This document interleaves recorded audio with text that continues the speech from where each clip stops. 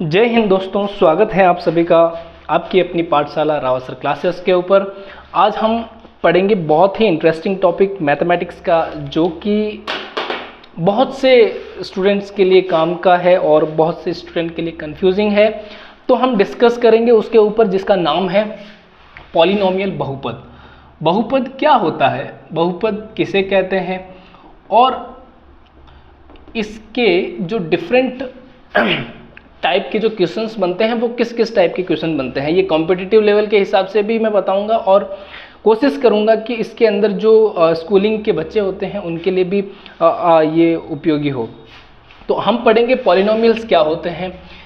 देखिए, जब भी हम बहुपद की बात करते हैं तो बहुपद के अंदर दो या दो से अधिक पद जब होते हैं, मिनिमम जब हम एक पद की भी बात कर सकते हैं, दो से अधिक पद हो, या फिर कुछ इस तरीके से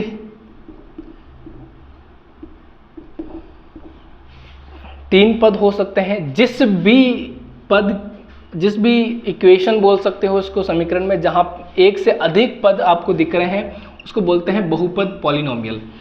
पॉलिनोमियल का यूज होता कहां पर है, कब करते हैं इसका यूज, और इसके अंदर अलग अलग इसकी जो डिफरेंट टर्मिनोलॉजी है उसको समझते हैं। सबसे ज़्यादा चीज़ है टर्मिनोलॉजी। उसकी जो टर्मिनोलॉजी है, उसकी जो शब्दावली है वो समझ लेते हैं। शब्दावली क्या क्या है, क्या क्या इसके अंदर चर होते हैं, किनको अपन अचर बोलते हैं, उसको डिटेल से जानने की कोशिश करते हैं। फ्रेंड्स, जब भी हम कोई, जैसे मान लो मैंने एक x प्लस बी कोई एक बहुपद लिखा है।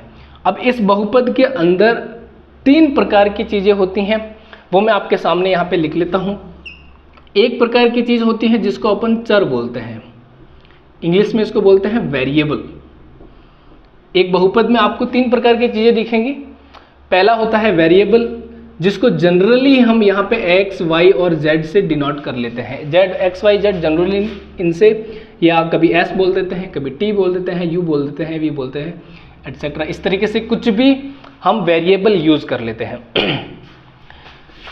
जब अचर बात यूज़ करते हैं, जिसको कांस्टेंट बोलते हैं, कांस्टेंट के रूप में हम a, b, c कुछ भी यूज़ ऐसा कर लेते हैं। इनको कंबाइंड रूप से बोला जाता है बीजीय व्यंजक। जब इनके साथ में, इनका एक साथ में यूज़ होता है तो इनको बीजीय व्यंजक बोलते हैं। इन बीजीय व्यंजकों को मिला करके हम किसका निर्माण करते हैं, हम एक बहुपद बनाते हैं जिसमें एक या एक से अधिक पद होते हैं। अब जो पद होते हैं उनको टर्म्स बोलते हैं। जैसे यहाँ पे ये टर्म होगी, एक ये टर्म होगी। तो हर टर्म जहाँ पे एक से अधिक पद होते हैं, जहाँ पे ये एक टर्म्स हो जाएगी, एक ये टर्म हो जाएगी। अब ये टर्म्स जो होती हैं, इसमें एक तो होता है वेरिएबल, एक होता है कांस्टेंट।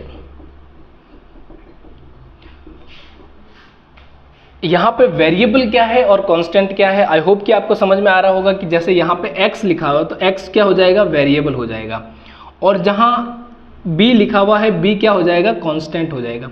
सर, एक चीज़ और होती है जिसको हम जान लें तो बहुत अच्छी बात है। जैसे जहाँ भी हमें कोई वेरिएबल दिखाई दे रहा है, जहाँ वेरिएबल दिखाई दे रहा है उस वेरिएबल के गुणा में जो भी संख्या होगी, उस संख्या को हम नाम देते हैं गुणांक, कॉफिशिएंट।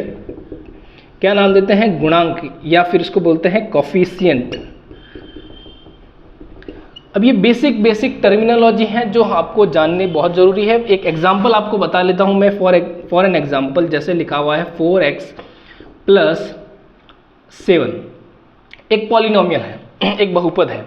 अब इस बहुपद के अंदर अगर मैं बात करूं तो यहाँ पे मेरे को जो दिख रहा है, क्या दिख रहा है, यहाँ x दिख रहा है, ये क्या हो जाएगा, वेरिएबल हो जाएगा। इस बहुपद का चर क्या हो जाएगा, x।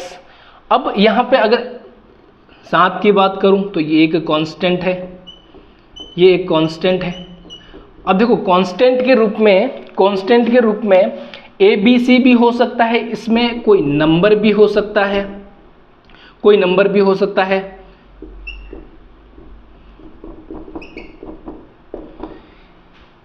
तो कांस्टेंट के रूप में आपको ध्यान में रखना है, जब हम अननोन कांस्टेंट रखते हैं तब ABC रखते हैं, और जब हम नोन कांस्टेंट रखते हैं तब इनको नंबर का यूज करते हैं। इसी तरीके से किसी भी अननोन वेरिएबल ऑलवेज भी अननोन, जब हमें इसका मान निकालना होता है तब हम इसका वैल्यू निकालते हैं, बाकी वेरिएबल जनरली क्या होता है, अननोन ही होता है, इसलिए ये वेरिएबल होता है, क्योंकि वेरिएबल मतलब जो चीज़ जिसका मान हर एक अलग मान पर बदल रहा हो तो उसको वेरिएबल बोलते हैं। उसी को अपन चर बोलते हैं, जो स्थिर नहीं है, जो अचर नहीं है, जो स्थिर नहीं है, उसी को चर बोलते हैं। तो यहाँ पर इस 4 जो होगा वो क्या हो जाएगा, coefficient of x, coefficient of x, x का गुणांक हो जाएगा। तो आई होप कि आपको समझ में आया होगा। तो आप कमेंट बॉक्स में उत्तर दीजिएगा कि ax² प्लस 7x प्लस 3, इसको a की जगह कर लेते हैं 9x। तो यहाँ पे आप बताना है कि इसमें वेरिएबल कौन सा है, इसके अंदर कांस्टेंट क्या है, और इसके अंदर x² का गुणांक क्या है, कोफिशिएंट ऑफ x² क्या है, और x का कोफिशिएंट क्या है। अब आगे चलते हैं, हम कुछ इंपॉर्टेंट बातों को जानते हैं। इन चीज़ों को आप कमेंट बॉक्स में आंसर दीजिएगा। नेक्स्ट चलते हैं कि हमने बेसिक टर्मिनोलॉजी तो जान ली कि टर्मिनोलॉजी के अंदर इसमें कुछ विशेष कुछ बातें होती हैं, चर क्या होता है, अचर क्या होता है। इनके बाद में इनसे रिलेटेड प्रश्न कैसे बनते हैं, थोड़ा सा इनके बारे में जान लेते हैं कि बहुपद जो होते हैं वो किस किस प्रकार के बहुपद होते हैं। तो बहुपद के हमें 2 तरीके से बहुपद को हम पढ़ते हैं। एक तो कि बहुपद के अंदर कितने प्रकार के बहुपद हैं, कौन कौन से चर है इसके अंदर। जैसे जनरली मैं आपको एक बात बता लेता हूँ कि जो बहुपद होता है, इसको एक चर का जब बहुपद होता है तब बहुपद को ऐसे व्यक्त करते हैं, QX या कुछ भी FX, इस तरीके से डिनोट किया जाता है। जिस भी चर में बहुपद होगा उसको PX लिखेंगे। दूसरी सबसे इंपॉर्टेंट बात आपको ध्यान में रखनी है कि बहुपद की घात, बहुपद के अंदर जो चर होता है उसकी घात हमेशा पूर्ण संख्या में होगी। बहुपद की घात, बहुपद की घात, बहुपद में चर की घात, चर की घात सदैव पूर्ण संख्या में होगी, पूर्ण संख्या होगी। तो यहाँ से मैं आपको एक चीज़ पूछना चाहता हूँ कि यहाँ जैसे फॉर एन एग्जाम्पल मुझे बताइएगा, आप कमेंट बॉक्स में आंसर दीजिएगा कि x प्लस x की घात √x प्लस 1, दूसरा है x² प्लस 3x की घात 1/3 प्लस 1, और 3x² की घात 1/2 plus 3x plus 3x² plus 1, और लास्ट एंड फाइनल है 3x माइनस 1 प्लस 3। अब यहाँ पर आपको एक चीज़ बतानी है कि इसमें से बहुपद कौन सा है। अब बहुपद के लिए हमने क्या कंडीशन बताई है कि बहुपद में जो चर होता है, जो भी वेरिएबल है, जिस भी वेरिएबल के अंदर बहुपद लिखा है, हमने बहुपद देखा है, बहुपद जो जिस भी वेरिएबल है उस वेरिएबल के अंदर उस वेरिएबल की उस चर की घात जो है वो सदैव पूर्ण संख्या होगी। फ्रेंड्स, जिसको भी पूर्ण संख्या के बारे में नहीं पता है, मैंने पिछले वीडियो में संख्याओं को डिटेल में बता रखा है। अगर आपने संख्याओं को जानना है कि कौन कौन सी संख्या कौन कौन सी होती है तो आप जाकर के देख सकते हो उस वीडियो को। संख्या पद्धति में डिटेल से हर एक प्रकार की संख्याओं को मैंने डिटेल से वहाँ पे डिस्कस किया है। फिर भी यहाँ पे बता देता हूँ, पूर्ण संख्या वे संख्याएं होती हैं जो 0 से 1, 2, 3 और n तक चलती हैं या अनंत तक चलती हैं, ये बात। तो ये सारी संख्या पूर्ण संख्या कहलाती है। आपको बतानी है क्या इसमें इसकी x की घात पूर्ण संख्या में है? बिल्कुल है। क्या यहाँ पे पूर्ण संख्या में है? सर, अंडर रूट का मतलब होता है किसी भी x के चर के ऊपर घात 1/2। तो 1/2 जो होती हैं वो कभी भी पूर्ण संख्या नहीं होती है, एक परिमेय संख्या होती है, इसलिए ये तो एक बहुपद नहीं हो सकता। यहाँ पर देखिए x² की घात जो है वो 2 है, x की घात कितनी है? 2 है, प्लस 3x की घात 1/3 है। तो क्या इस बहुपद में चर की घात पूर्ण संख्या में है? बिल्कुल नहीं है। जब किसी भी चर के अंदर कोई एक घात भी पूर्ण संख्या में ना हो तब वो बहुपद नहीं कहलाएगा। तीसरी संख्या देखिए सर, 3x स्क्वायर की घात 1/2 है। तो आपको अगर थोड़ी बहुत भी गणित के बारे में नॉलेज है तो आपको पता होगा कि जब भी हम इसको हटाएंगे, जब भी स्क्वायर को अंदर गुणा कराएंगे, यानी कि a की पावर n जो होता है m इंटू m होता है, वो क्या हो जाएगा, a की पावर n m हो जाएगा। तो यही हम यहाँ पे लगाएंगे अंडर रूट, इसका मतलब अंडर रूट होता है, तो under root 3x plus 3x square plus 1। अब यहाँ पर जो है यहाँ पर हमारे को एक बहुपद मिल गया। कैसे मिल गया? क्योंकि x की जो घात है, यहाँ पे देखो x की घात 1 है, जब कुछ भी घात नहीं होती है तब एक घात मानते हैं, तो एक घात है, यहाँ पे x की घात 2 है, यहाँ पे x की घात सभी पूर्ण संख्या में है। बाकी सर आप कह रहे यहाँ पे देखिए कि ये अंडर रूट में है, तो ये पूर्णांक, ये जो है वो गुणांक है, इस गुणांक की घात कोई भी हो उसके लिए आपको परेशान होने की जरूरत नहीं, वो बहुपद ही होगा। यहाँ पे देखिए -1 है, तो -1 कोई पूर्ण संख्या में नहीं होती है, इसलिए ये भी बहुपद नहीं होगा। तो आई होप कि आपको ये चीज़ समझ में आई होगी कि बहुपद होने के लिए कौन सी कंडीशंस जो है वो मैंडेटरी है, कौन सी कंडीशंस जो होनी चाहिए जिसके लिए हम एक किसी टर्म्स को जो है वो बहुपद बोलेंगे। तो बहुपद समझ में आ गया। आगे चलते हैं। बहुपद जब समझ में आता है तो बहुपद के प्रकार भी तो होंगे सर। कौन कौन से प्रकार होते हैं, उन प्रकारों को जानने का प्रयास करते हैं। देखो, 2 प्रकार से वेरिएबल के आधार पर हम बांटते हैं। जब हमारे पास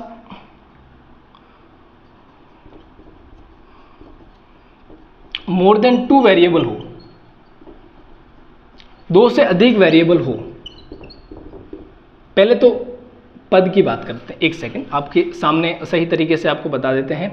रेखिक बहुपद होता है। रेखिक बहुपद कौन से होते हैं? जिसके अंदर सिंपली हम बात करें तो ax प्लस b की फॉर्म में जब भी आपको कोई बहुपद मिलता है, जिसको अपन px बराबर क्या मान देते हैं, रेखिक बहुपद मान देते हैं, जिसमें एक क्या होता है, एक चर पद होता है, एक अचर पद होता है, और उसके साथ में क्या होते हैं, एक दूसरा इस तरीके से इसका कॉफिशिएंट हो सकता है। अब इसमें ax plus by plus c, इसको भी एक रेखिक समीकरण ही बोलेंगे, एक रेखिक बहुपद ही बोलेंगे। लेकिन यहाँ पे जो है वो अलग अलग घात का रेखिक जो बहुपद है, यहाँ पे एक घात का नहीं है, 2 चरों वाला रेखिक बहुपद है। इसको तो बोलते हैं रेखिक, एक चर वाला रेखिक बहुपद, एक चर वाला रेखिक बहुपद। जबकि ये क्या होगा, 2 चरों वाला रेखिक बहुपद। तो चर के आधार पर हम रेखिक बहुपदों को अलग अलग बांटते हैं। इनके वैल्यू कैसे फाइंड आउट करने होते हैं वो हम आगे जाके समझेंगे, लेकिन पहले हम इनके क्लासिफिकेशन समझ लेते हैं, इनके वर्गीकरण को आसानी से समझ लेते हैं। तो एक चर वाले, दो चर वाले आपके क्लियर हो गए। अब हम देखते हैं दूसरे प्रकार के जो रेखिक बहुपद होते हैं, वो हम क्लासिफाई करते हैं चर की घात के आधार पर। चर की घात के आधार पर हम क्लासिफाई करते हैं। तो जब भी किसी बहुपद में, जैसे मान लिया ax square plus bx plus c, तो जब भी बहुपद की किसी चर की अधिकतम घात, जब एक ही चर का बहुपद हो, कंडीशन ध्यान रखना कि जब एक ही चर का बहुपद हो तो एक चर में चर की जो अधिकतम घात होती है वो उस चर के जो होती है वो घात, इसको बोलते हैं, उसी के आधार पर इसको द्विघात बोलते हैं। जैसे 2 घात है तो द्विघात बहुपद बोलेंगे। अगर जैसा मैंने लिख दिया px बराबर ax cube bx square plus cx plus d, तो यहाँ पे चर की जो मैक्सिमम पावर है वो कितनी है, 3। तो यहाँ पे 3 घात है तो इसको बोलते हैं त्रिघात बहुपद। त्रिघात बहुपद। ऐसे अगर जिसकी अधिकतम घात होगी उसी को अपन कह लेते हैं, जितनी ज़्यादा घात होगी द्विघात, त्रिघात, इतने ही समीकरण, इतने ही बहुपद हमें पढ़ने को मिलते हैं। एक चर वाले रेखिक बहुपद मिलते हैं, दो चरों वाले रेखिक बहुपद मिलते हैं। इनके सॉल्यूशन कैसे फाइंड आउट करते हैं वो भी हम आगे सीखेंगे। तब तक आई होप कि आपको ये चीज़ क्लियर होगी कि बहुपद के जो कंडीशंस होती हैं वो कौन कौन सी होती हैं, किसको जब कब हम बहुपद को बहुपद बोलेंगे, और एक चर वाले रेखिक बहुपद कौन से होते हैं, दो चर वाले रेखिक बहुपद कौन से होते हैं, द्विघात बहुपद कौन से होते हैं, त्रिघात बहुपद कौन से होते हैं। तीसरी आगे एक चीज़ आपको एक और चीज़ क्लियर कर लेते हैं यहाँ पे कि एक होती है बहुपद की घात, या इसको बोलते हैं पावर ऑफ पॉलिनोमियल। बहुपद की घात क्या होती है, अभी जस्ट हमने ये चीज़ डिस्कस की है, ज़्यादा हार्ड नहीं है। कोई भी बहुपद है, जैसे अभी हमने द्विघात बहुपद की बात की थी, तो द्विघात बहुपद के लिए bx प्लस c, जब भी x की घात बहुपद के अंदर चर की जो अधिकतम घात होती है उसी को हम क्या बोल देते हैं, उसी को हम बोल देते हैं पावर ऑफ, या बहुपद की अधिकतम यहाँ पे घात क्या हो जाएगी, बहुपद की यहाँ पे अधिकतम घात हो जाएगी 2। चर के अंदर बहुपद में, यहाँ पे मैं परिभाषा लिख लेता हूँ कि बहुपद में, एक चर वाले बहुपद में, एक चर वाले बहुपद में चर की अधिकतम घात बहुपद की घात कहलाती है।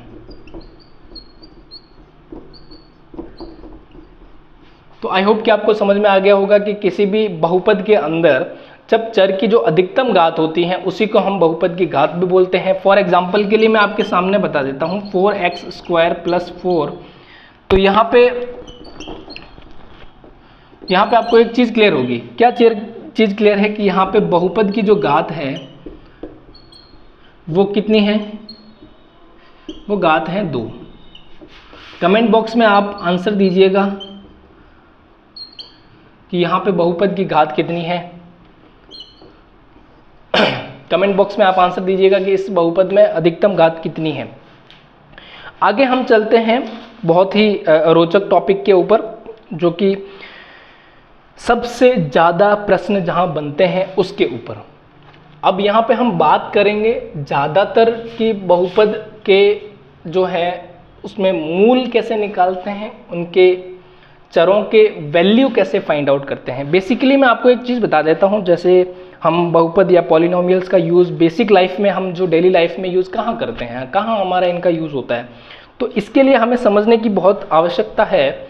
क्या समझने की आवश्यकता है, इसमें समझने की ये आवश्यकता है कि जब भी हम किसी अननोन चीज़ के बारे में जानना होता है, जैसे कि मान लो कि आप मार्केट जाते हैं, कुछ पैसे लेकर के जाते हैं, कुछ पैसों के पेंसिल खरीदते हैं, कुछ पैसों की पेन खरीदते हैं, तो आपको कीमत ज्ञात करनी है कि जैसे मान लो कि बताइए कि आपने 5 पेंसिल खरीदी हैं, 10 पेन खरीदे हैं और टोटल 50 रुपये खर्च किए हैं, तो बताओ कि आपने टोटल एक पेंसिल के कितने रुपए दिए हैं। तो आप इससे मान के चलते हैं कि माना कि एक पेंसिल की कीमत x है और एक पेन की कीमत y है।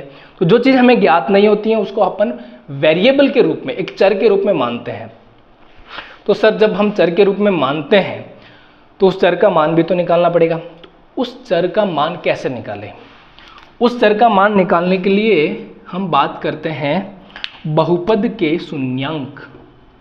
बहुपद के शून्यांक, जीरोज ऑफ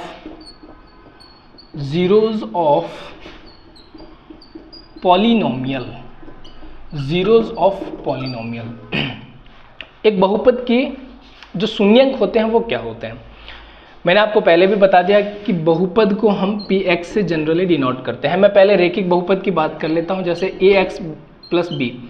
अब देखिए ये एक रेखिक बहुपद का व्यापक रूप है, इसको अपन व्यापक रूप बोलते हैं। क्या बोलते हैं? व्यापक रूप। एक जनरल फॉर्म होती है कि जनरली जब हम रेखिक समीकरण को, जब रेखिक बहुपद को, समीकरण सॉरी गलती से बोल गया, रेखिक बहुपद को जब हमें इसको रिप्रेजेंट करना होता है, बताना होता है, तब हम इस फॉर्म में ही रेखिक बहुपद को लिखेंगे। जब हमें द्विघात बहुपद को लिखना होता है तब जनरली हम ये फॉर्म लिखेंगे, इसको व्यापक द्विघात बहुपद का जो है व्यापक रूप बोलते हैं। इसी तरीके से त्रिघात बहुपद का जो है, त्रिघात बहुपद का व्यापक रूप इसको बोलते हैं, त्रिघात बहुपद का व्यापक रूप इसको बोलते हैं। तो इस तरीके से जो है ये व्यापक रूप होते हैं। दो चरों वाले रैखिक समीकरण होते हैं, मैंने वैसे तो लिखा दिया लेकिन आपको बता देता हूँ फिर से। ax प्लस बी वाई ये व्यापक रूप होता है किसका? दो चरों वाले रैखिक समीकरण का, जिसमें दो अलग अलग चर होते हैं x और y। अब यहाँ पे हम x ऐसे नहीं लिख सकते। देखिए यहाँ पे जो ये चीज़ लिखी है आपको समझने वाली बात है, जब भी हमें ऐसे रिप्रेजेंट करना होता है तो p को हम x और y के फॉर्म में लिखेंगे, न कि सीधा x लिखेंगे। तो यहाँ पे px मत लिख लेना सीधा, आपको थोड़ा ये ध्यान में रखना है कि यहाँ पे दो वेरिएबल है तो दोनों वेरिएबल को आपको बताना पड़ेगा। तो जब दो वेरिएबल यूज़ करेंगे तो जो वेरिएबल हम यूज़ कर रहे हैं उसको ऐसे लिखेंगे, और ये ax plus B Y plus C, इसका वैल्यू निकालने के लिए हम आगे सीखेंगे। वैसे मैंने आपको व्यापक इनके जो है रूप बता दिए।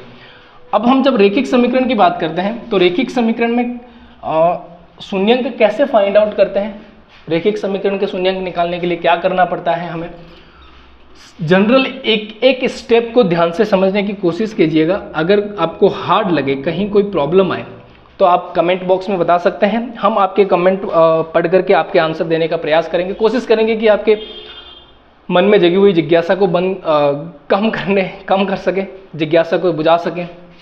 ठीक है, देखिए सामने बहुपद के शून्यंक निकालने के लिए बहुपद को 0 के बराबर रखते हैं। सबसे पहला step, first step, put polynomial equal to 0 के बराबर रखना है।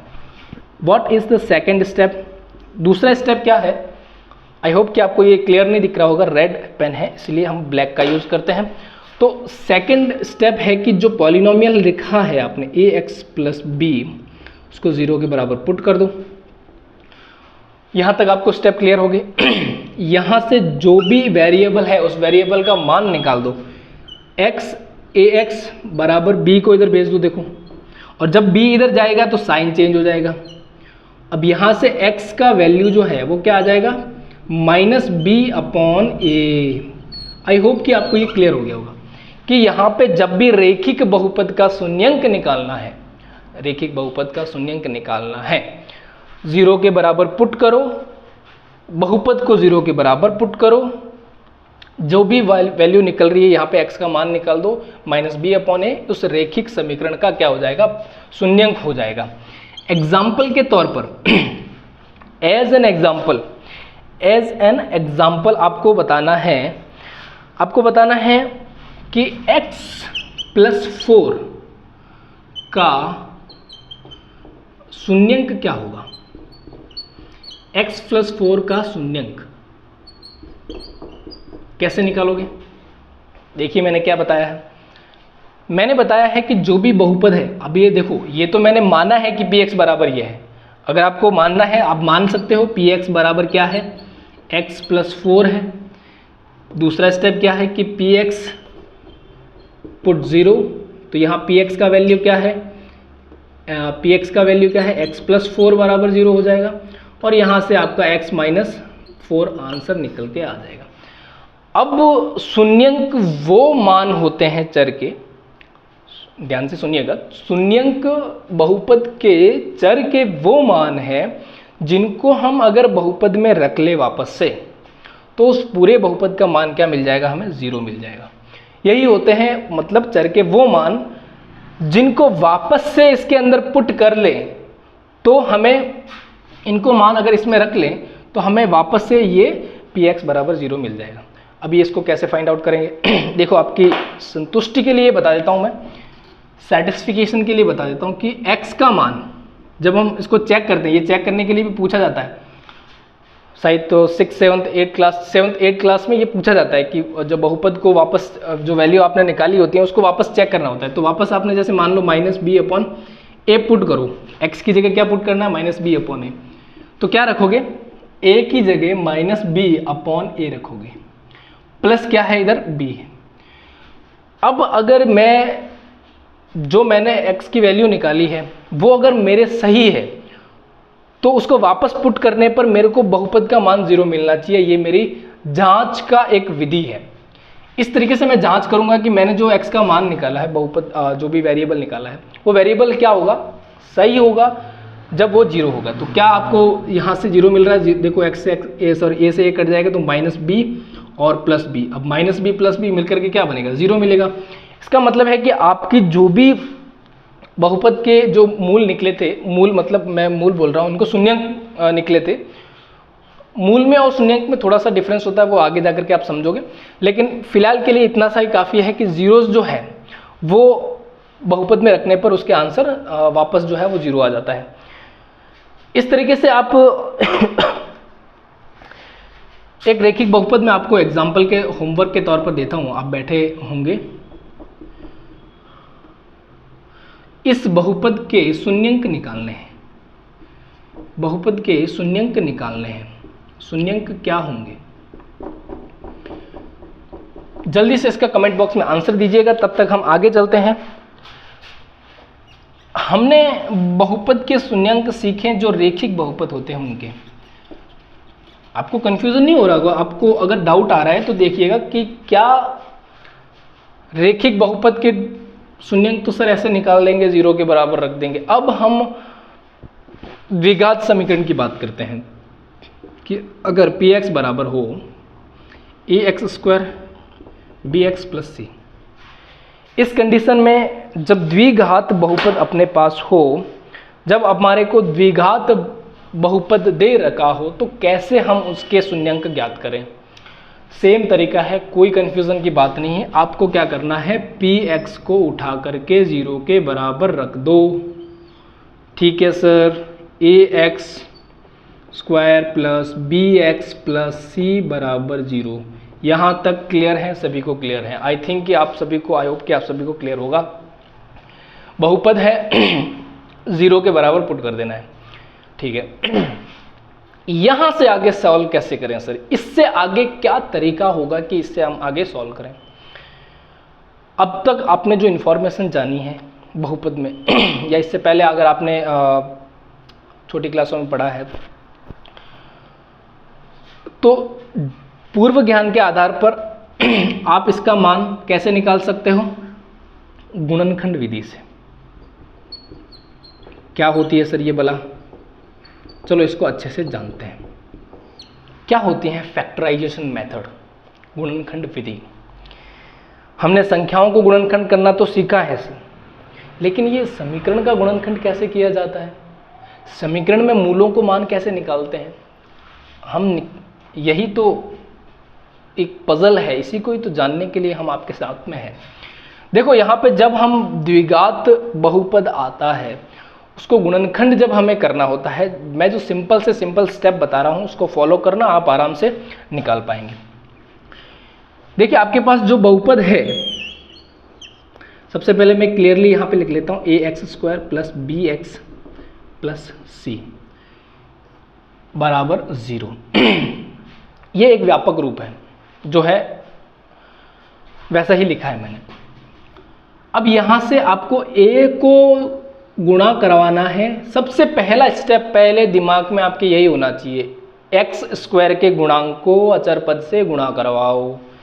पहला स्टेप क्या होगा, a × c। अब जो भी वैल्यू हमें मिला है, चाहे वो प्लस का हो चाहे माइनस का हो, डजेंट मैटर, क्योंकि हमें ये प्लस माइनस कुछ भी हो सकता है। यहाँ पे प्लस माइनस कुछ भी हो सकता है, यहाँ प्लस माइनस कुछ भी हो सकता है। ये मैंने एक व्यापक रूप लिखा है, तो व्यापक रूप कुछ अब प्लस माइनस, क्योंकि गुणांक जो है वो माइनस का भी हो सकता है, प्लस का भी हो सकता है। तो दोनों कंडीशन लेके चलते हैं साथ में, ताकि कन्फ्यूजन ना हो। ठीक है, एक साथ बताऊंगा तो आप थोड़े से कन्फ्यूज हो जाओगे।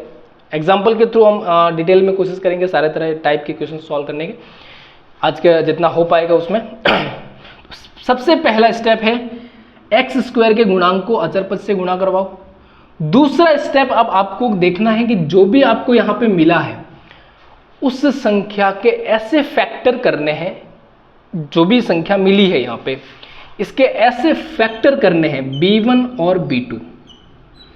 अब ये फैक्टर ऐसे होने चाहिए जिनको, जो प्लस माइनस हो सकते हैं, ये चाहे ये माइनस का हो सकता है प्लस का हो सकता है। देखो यहाँ पे 4 प्रकार के फैक्टर बन सकते हैं। कौन कौन से, एक तो b1 प्लस का b1, दोनों प्लस के बन सकते हैं। पहला एक माइनस का एक प्लस का बन सकता है, दूसरा तीसरा क्या हो जाएगा, एक प्लस का दूसरा माइनस का बन सकता है, और चौथा दोनों माइनस के बन सकते हैं। तो आई होप कि आपको ये क्लियर हो गया होगा। 4 तरह के जो है वो बन सकते हैं इनके अलग अलग, ये तो मैंने आपको व्यापक रूप से बताया है। अब ये ऐसे फैक्टर होने चाहिए जिनको जोड़ने या घटाने के ऊपर, घटाने के बाद में हमें यहाँ पे जो टर्म है x का गुणांक मिल जाए वापस, ऐसे फैक्टर में इनको तोड़ना है। सिंपल सा मेथड है, आपको एग्जांपल के थ्रू समझा दूंगा। पहला स्टेप क्या है, आपको x² के गुणांक को अचर पद से गुणा करना है, क्लियर है। जो भी मिलता है उसके गुणनखंड करने हैं, उनके गुणनखंड करके ये देखना है, 2 ऐसे गुणनखंड के रूप में तोड़ना है जिनको जोड़ने या घटाने पर, जो भी साइन मिल रहे हैं उनको जोड़ने या घटाने पर हमें यहाँ पर ये जो संख्या है x का गुणांक वो मिल जाए, x का गुणांक मिल जाए। प्लस में माइनस में जो भी है साइन उनका यूज करके, इनमें से कोई सा भी यूज करके कि भाई कौन सा बन रहा है उसका यूज करके, वो प्लस का है तो प्लस का बन जाए, माइनस का है तो माइनस का बन जाए, जोड़ने घटाने के बाद में। उसके बाद में आप सॉल्व कर सकते हैं, उसके बाद में आपको अलग अलग तरीके से सॉल्व किया जा सकता है। तो देखो आगे क्या है, इसको मैं क्वेश्चन से समझेंगे तो ज़्यादा बेहतर होगा, तो क्वेश्चंस के माध्यम से ही समझने का इसको प्रयास करते हैं। देखिए पहला क्वेश्चन है, मैं यहाँ पे क्वेश्चन ही लिखता हूँ ताकि आपको ज़्यादा दिक्कत ना हो, सीधा ही क्वेश्चन से समझने का प्रयास करते हैं। ये मैं आपके सामने मेथड लिखा हुआ है। क्वेश्चन है कि 4x² plus 16x plus 7 equal to 0, equal कुछ नहीं है, ये एक बहुपद दे रखा है का शून्यांक होगा। इसका शून्यांक निकालना है आपको। शून्यांक निकालने के लिए सर अभी बताया हमने क्या करना है, 4x² plus 16x plus 7 equal to 0, बहुपद को 0 के बराबर पुट करो। मेन प्रॉब्लम सर यहाँ तक तो समझ में आ गया, इससे आगे समझाओ, आपने जो समझाया वो समझ में ही नहीं आया। अब देखो समझ में नहीं आया तो कोई दिक्कत नहीं, आपके सामने इधर जो है वो पूरा एकदम से क्लियर पूरा मेथड बता रखा है। इस मेथड के माध्यम से यहाँ समझने का प्रयास करते हैं। पहले मैंने बताया कि आपको सबसे पहले x² के गुणांक को x साइन से गुणा करना है। तो आपको अगर आपको दिमाग में ये चीज़ नहीं रह रही है, तो दिमाग में नहीं रहे तो आपको क्या करना है, दिमाग में नहीं रहे तो मल्टीप्लाई करवाना है। 7 × 4 28, सर 28 आया है। 28 सर प्लस का आया है माइनस का आया है, इधर देखो प्लस है इधर देखो प्लस है, तो यहाँ पे प्लस का आ गया। अब 28 के मुझे ऐसे गुणनखंड करने हैं, ऐसे गुणनखंड करने हैं जिनको जोड़ने पर या घटाने पर 16 मिले। 28 के वो कौन से गुणनखंड है जिनको जोड़ने और घटाने पर क्या मिले, मेरे को 16 मिले। तो पहले से मैं 28 को क्या लिख सकता हूँ, 14 × 2 लिख सकता हूँ सर, 14 × 2 लिख सकता हूँ सर, बिल्कुल लिख सकता है सर, नो डाउट। 28 को 14 × 2 लिख सकते हैं। तो क्या ये ऐसी दो संख्या है जिनको जोड़ें या घटाएं कुछ भी करें 16 के आसपास कुछ मिल रहा है सर, मिल रहा है, क्या मिल रहा है, दोनों को जोड़ दो। कहने का मतलब हमारे यहाँ पे जो फैक्टर है वो कुछ इस तरीके से मिल गए, क्या मिल गए, 4x², ये x² है, आप कंफ्यूज ना होइए, 2x plus 14x plus 7 equal to 0। बस इतना सा ही काम है, आपका काम हो गया, डोंट वरी, मस्त हो जाओ। अब क्या है, अब कुछ नहीं करना है आपको, यहाँ से कॉमन ले लीजिए। क्या कॉमन लेंगे, 2x। जब कॉमन लेते हैं, देखो कॉमन लेने का एक सीधा सा तरीका है, जब भी आप संख्याओं को कॉमन ले रहे हैं, जो संख्या कॉमन ली है, जिन से कॉमन लिया है उसमें भाग दे दो। कि 2x को इससे कॉमन लिया है तो इसमें 2x का भाग देंगे तो यहाँ हो जाएगा x, 2x को जब इससे में भाग देंगे तो 2x हो जाएगा, प्लस का प्लस, यहाँ पे 2x का कॉमन लिया है तो यहाँ पे लिख दो ऐसे, प्लस यहाँ से क्या कॉमन आ जाएगा सर, 7 आ जाएगा कॉमन, क्या बच जाएगा, 2x प्लस 1 बराबर 0। यहाँ से देखिए क्या कॉमन है, 2x plus 1, 2x plus 1 common आ जाएगा, 2x प्लस 1, यहाँ क्या बचेगा, 2x प्लस 7 बराबर 0। अब यहाँ से आपको क्या करना है, अब यहाँ से 2x प्लस 1 को 0 के बराबर पुट करो या 2x प्लस 7 को 0 के बराबर पुट करो। दोनों संख्याएं में से कोई एक संख्या तो जीरो होगी। हमें ये तो नहीं पता है कि कौन सी संख्या जीरो है, ये है कि ये है। अब जो भी संख्या जीरो होगी उसको जीरो के बराबर कर दो, वहाँ से x का मान निकल जाएगा। x का मान यहाँ से निकलेगा -1/2, x का मान यहाँ से निकलेगा -7/2। अब सर x के दो मान निकल के आए, क्या मान निकल के आए x के? -1/2 -7/2। किसी को बोलना मत x के ये मान निकल के आए हैं सर, किसी को नहीं बोलना, क्योंकि पता तो करें कि ये मान इसके हैं कि नहीं है, पहले चेक तो किया जाए। तो चलो चेक करते हैं, चलो चेक करने चलते हैं, जांच करते हैं, परीक्षण करते हैं इनका परीक्षण करेंगे हम। परीक्षण करने के लिए मैंने बताया कि आपके जो भी मान हैं, जिसको भी आपको जांच करनी है, जिनकी भी जांच करनी है उनको उसके अंदर रख लो। किसके अंदर रखोगे? 4 -1/2 x² + 16 1/2 + 7 आपको बहुपद के अंदर रख लेना है। अगर ये इसका मान होगा तो मैंने क्या बताया है, यहाँ पे माइनस है, अगर ये इसका मान होगा तो ये जीरो हो जाएगा। ठीक है सर, देखते हैं।